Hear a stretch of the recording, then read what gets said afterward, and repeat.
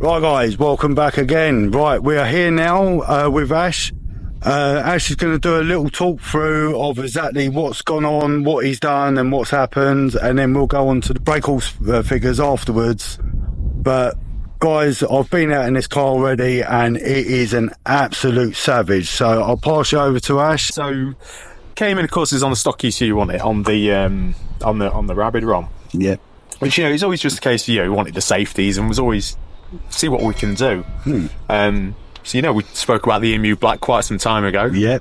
So, let's go on to the EMU Black and see if I had good success of it, to be honest. And so it's good that we can lose a couple of sensors, and in replacement we add a lot of our sensors. Yeah. So first thing is, of course, we're mathless. We're getting rid of the math. Even on the stock ECU, is that you can often see that you start to get these sort of air fluctuations. Yeah. And with it plays with the load scale really bad. So you end up with, it's weirdly as if it almost goes the wrong way through the math, because it picks up a bit of a strange anomaly in the airflow, and it's a bit of a straight car killer. Yeah. So we were like, okay, the math's not going to be a thing. Yeah. We'll lose that. So it runs straight off onto a basically straight off the map sensor. The cool thing about this kit is it does use the factory sort of the base plug and play kit we have on our website comes with a wideband. So we lose the factory narrowband sensor. Yep. It still uses all the other factory sensors. So the factory coil, we can do adaptations to put it up to a more powerful coil, but from what we've found, 600 horsepower E85, where the demands on the coil, all these people saying you need bigger coils. Yeah. We're just not seeing it. Like, it's fine, just keep your money in your pocket, put it into something better, because the coil is actually not bad, and people go, oh, I can get this and put R8s and stuff on it, but those coils are not bad. Not bad at all. Then we went on to another battle, which can be with a lot of them, which is, so we've gone on to 1500cc injectors, and we go, 1500s, they're too big. But it then leads us on to the next bit. So it's using one of our really nice billet fuel rails, and ASNU 1500cc injectors. I quite like these injectors. They're well priced for the size. Do really like injector dynamics, but the injector dynamics are just getting silly money. So it uses the factory throttle. Nothing really crazy going on there, but the reason for the 1500cc injectors is this little gubbin down here, where we're actually moving on to flex fuel. So it gives us the ability to run E85 with it being safe. So if you ever run out of E85 or anything like that, a lot of the old ECUs are all sort of like, oh, you have an E85 map and pump fuel map, and you'd flick in between. Whereas luckily with a flex fuel sensor, if you go back onto pump fuel, it will blend in between. So you can sort of, it is, as it says, it's flexible. You can run in between it without having to actually worry. But with it still plenty of headroom in there, so there's more to go. But as for the rest of the factory sensors, so everyone will go, oh, well, the map sensor's still there, but we use that solely as air intake temperature now, and we actually use the map sensor inside the EMU Black. Additional sensors, so it uses factory knock and everything like that, but this is now we have an adapter and a kit which goes, so we actually lose the factory oil pressure switch, and that output going to the light on the dash will now be triggered if it's actually on a proper pressure sensor, and it's a combined sensor, so it also does the temperature. So if your oil temperature gets hot, it'll put the light on the dash. If the pressure gets low, it'll put the light on the dash. Because the factory switch comes on at something like half a bar, by then there's already a bit of damage been done. It's already too low. So we was like, no, let's lose it and put a switch in. Another thing about E85 is that you need a fairly big fuel pump. So the next thing we do, even on pump fuel cars, it is well worth having a fuel pressure sensor. So this is the Radium direct fit regulator we do to go over our rails. Interesting thing is they want to go, oh, if you mount it to the end of the rail, they crack. Same with the sensors. We haven't personally had any issues, but the other thing is if you actually look at the Radium regulator, it can move because it's on a proper Radium adapter. So if you mount them rigid, they do crack. But luckily we have the correct adapters.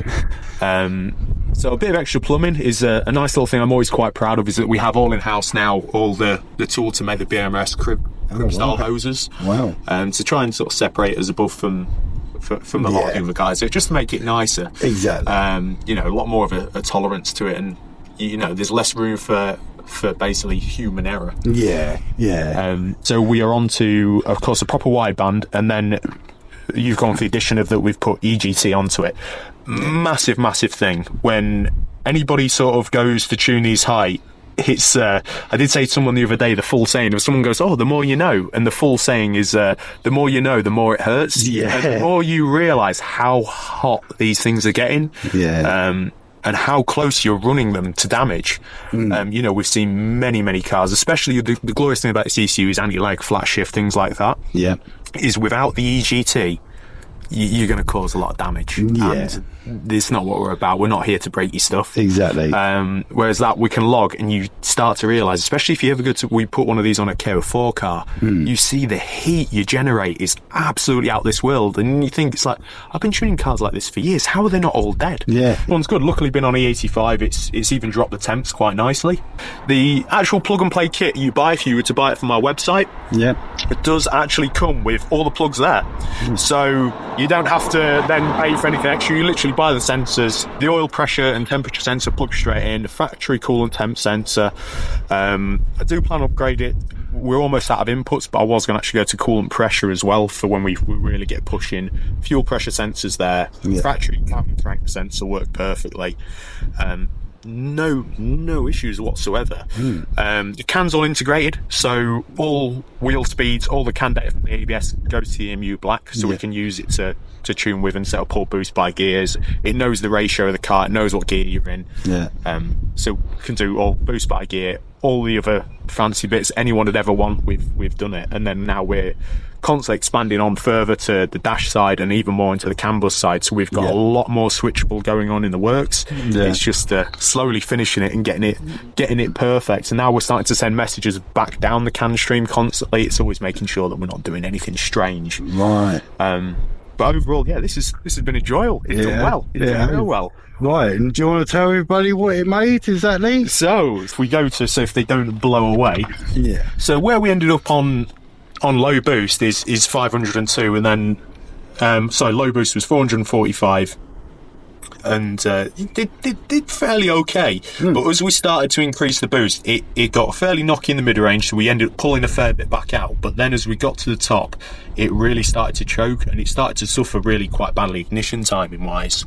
So we sort of nipped it there and thought, well, okay, let's see where we go. And then as soon as we go in the comparison to E85, everything gets a lot smoother. We can hold so much better timing, and 568 horsepower, and that's at about 60% ethanol, sitting around 60 to between 60 that and 65. So we're allowing it to blend, and it will blend automatically through how it does it through the flex fuel. This is still just not a case of just going, let the flex fuel sensor do it. You do have to tune them on both fuels. The main impressive thing is it's 568 horsepower, but it's done 538 foot-pounds of torque. Wow. So it's certainly pretty violent, and the torque doesn't really drop off. It stays above 500 foot-pounds until 6,000 RPM. So it's I think why it feels so violent, really, because it's really not slow. No, really not slow. Definitely not. For when they're going to see the video, and I must say, guys, it does get a move on, doesn't it? Oh, really it does. It really does. It's such a different car from the previous map and ECU setup. It is just totally transformed the car to a totally different car. It's not like it was before. It's totally different. Yes, guys, this is going to be coming back. A lot more is going to be happening with this. We are in talks at the moment, so stay tuned for this one. There's going to be more content. But, guys, we could stand here all day and go into it endlessly, basically. But I'm going to leave it here now, put you on to a bit of driving in the car. And, hope you enjoy, guys. Catch you all soon. Right, we'll Right, guys. go for a ride. See what she's like. Hopefully everything hangs in their gearbox and drivetrain. Yeah. She's got a fair amount of torque. That's all I've been worried about, is the gearbox side. Yeah, it honestly hasn't missed a beat. It's been pretty good. Yeah. I suppose because there's not a lot of torque going through the gearbox now. It's not too bad. The launch will be what will break anything. But we've still got a little bit of setup we'll do with the launch to get it to see if even we can go off in second, just to miss first gear. Really. So if I know at some point he'll probably watch this, but I cannot thank Dan Moxon enough. Yeah. For basically been the guinea pig. He was the one we developed the EMU stuff on. Oh right, yeah. On good old Hugo Berg, and he now has Wygo Berg, which is he's then let me further develop more of the EMU black on. So we're on 1500cc as new injectors on this one. Yeah. Dan's we actually chose. It was like let's go for injector dynamics. So Dan's is on ID 1700s. Yeah. And I remember even when I was playing around with it, I was actually after a bit more control, and I asked the ECU master, you know, is there any way I can improve upon this even better? And Yeah. He sort of said to me, he goes, so what size injectors are you on? And he goes, what fuel injector? I said, so I'm on 99. I said, so 5% ethanol, and I'm using 1700cc injectors. And he turned around and went, oh my god, they're quite big. I was like, yeah. He goes, is it drag car? I said, no, road car. And he says, you want to maintain OE drivability on that sort of size sensor? It's like, yes, you know, that size injector. I'm like, yeah, that's the plan. I was like, I don't want it anything less than sort of perfect. Yeah. Not only that, it's like the race cars, again, it's going to idle, crawl out onto the track, it's away. Whereas the road cars, they have to work in town. Yeah. Everything, it has to drive. It has to still be usable as a car. Yeah. And I think it's some of the reason why I also got a bit into tuning is because there's only a handful of other people I've ever met in the industry who are always the same, who are like, that's not good enough, we can do better. Yeah. No, it needs to be able to drive. It's to say, like, even now, is that it should still return good miles to the It's gallon. driving quite nice, actually. I've noticed the difference already. Yeah. Because before it was sort of juddering. I don't know if you've seen other videos of mine.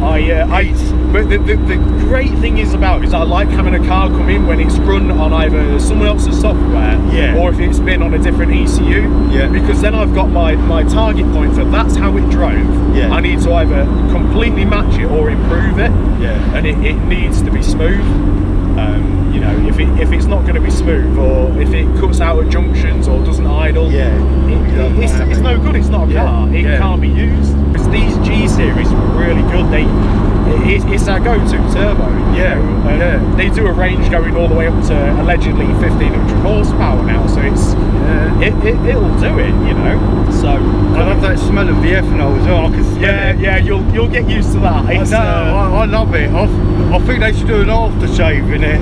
I agree. So it's all we've smelt for the last few weeks while we've had everything we've got in is all on ethanol. The amount of drums we've got through, and someone came the other day and goes, how much is all this? It's like, you don't want to know. There's a lot of empty barrels around the back. It's like, we're through hundreds and hundreds of litres. We're going to have to come up with something to make it more a bit available.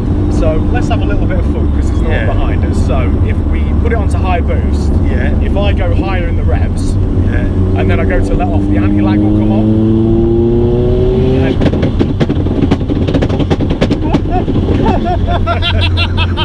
So it gets pretty violent out the back. If anyone goes, oh yeah, I've got this crackle map, or like, oh, it's anti-lag, it's like, that's just a load of negative timing. It was like, it's violent. So even the bang you can hear from the front is because it's opening the gate, because it's making that was vibrating on the seat and everything. Everyone goes, oh yeah, I've got anti-lag, I've got this. It's like, it'll be some negative timing crackle map. It was like full anti-lags, you know, it's violent. Dudes literally give it a bit blip on the throttle, then it'll go.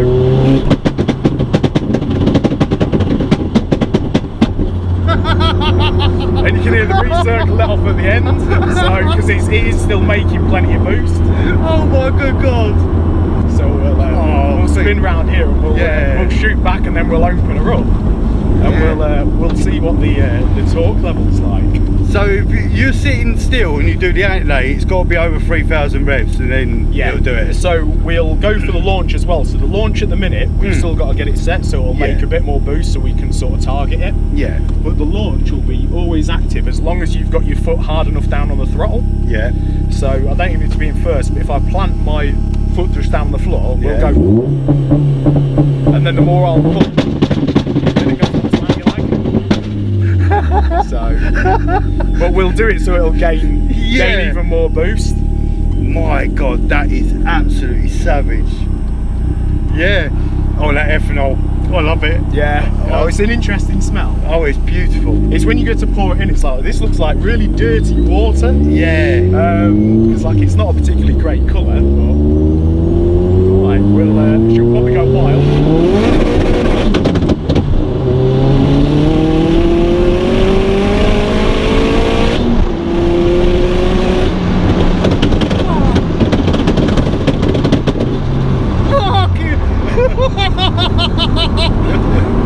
Wow! Wow! Well done it, yeah. Ash, my God, this is a monster. Wow. That was quick for 50 mile an hour. Yeah, so it's, yeah. Well, of course, that was well within the speed limit. Oh yeah. Wow. Oh my God, can you smell the ethanol? Oh Yeah. my, So on low boost, the anti-lag will be off, but it won't be slow. It'll still get a fair move on low boost. So.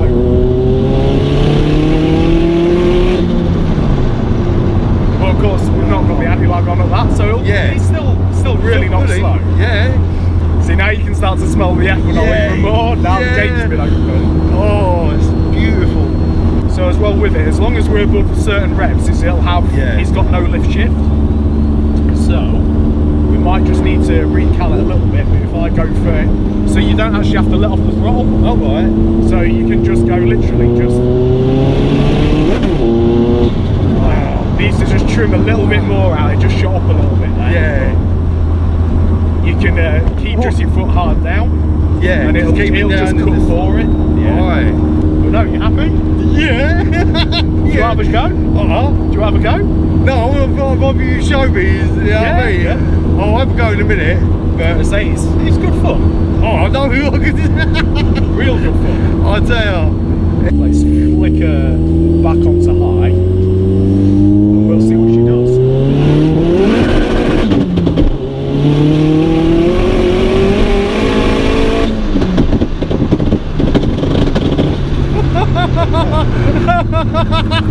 Did you hear it? Wheel spinning? Yeah, he's still splatting about. I'm trying to sort of be like, Fight! keep hold. You was fighting that, and it was still spinning. It was going. You see the difference in a lot of the videos is that usually I just start to relax. Oh no, I'm all right. But it's when they get a fight on, it's then it's like, it's like, oh, I really need to focus here. Yeah, it gets a bit more of a fight, really. Yeah. Let's go into. We'll roll her on in third. Like, let's go. Yeah. And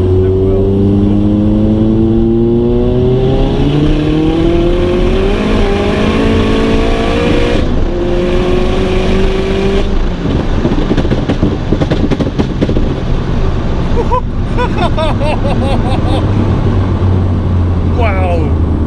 Ash. violent, isn't it? Ash. That has never moved so fast in all my life. No way. Well, do you have a go? Yeah, go on then. Yeah. This is going to be nerve-wracking. That would be alright. No, yeah. We'll be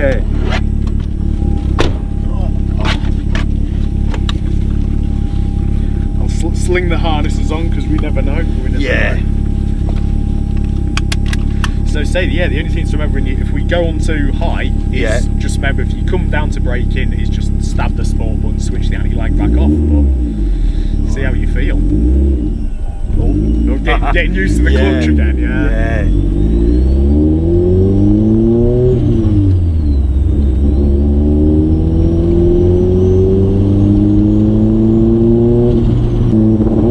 Give it a stab in the hole.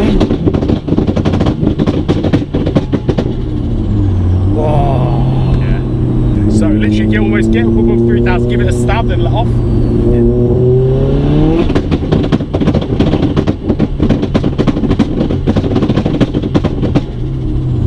God, Ash, that is savage. That is absolutely mental. Honestly, Ash, I'm absolutely speechless right now. I really am. I didn't even know this car could move like this. Yeah, so it gets a fair move on. You say go into third gear? So yeah, go into third, we'll flick it onto high. Yeah. So get it up into third, go into about 3,000 RPM, and then let off so it goes onto the anti-lag. So a bit higher up, give it a little jab, then go back on.